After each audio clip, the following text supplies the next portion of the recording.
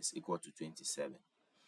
Now I have here 3 raised to the power x plus 2x will give me 3x, okay, and that will be equal to. Now the 27 over here, I also need to convert it into a number, or yes, a number having a power, okay. Now that number should be 3 so that they are equal, and then I can equate their exponent or powers, okay. So 3 more raised to the power what will give me 27. Okay, that is what we need to look at. Now 3 times 3 is 9, times 3 is 27. So it means 3 raised to the power 3 is equal to 27. So over here, because the bases are the same, which is 3 and 3, I will now equate the powers. In this case, that becomes 3x is equal to the 3 over here at the top.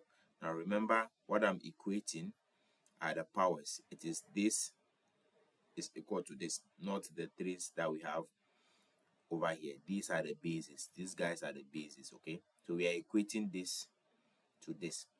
So from here we have 3x is equal to 3. We divide both sides by 3, and then this can cancel this. So therefore our x will be equal to 1, because 3 divided by 3 will give us 1. So to prove that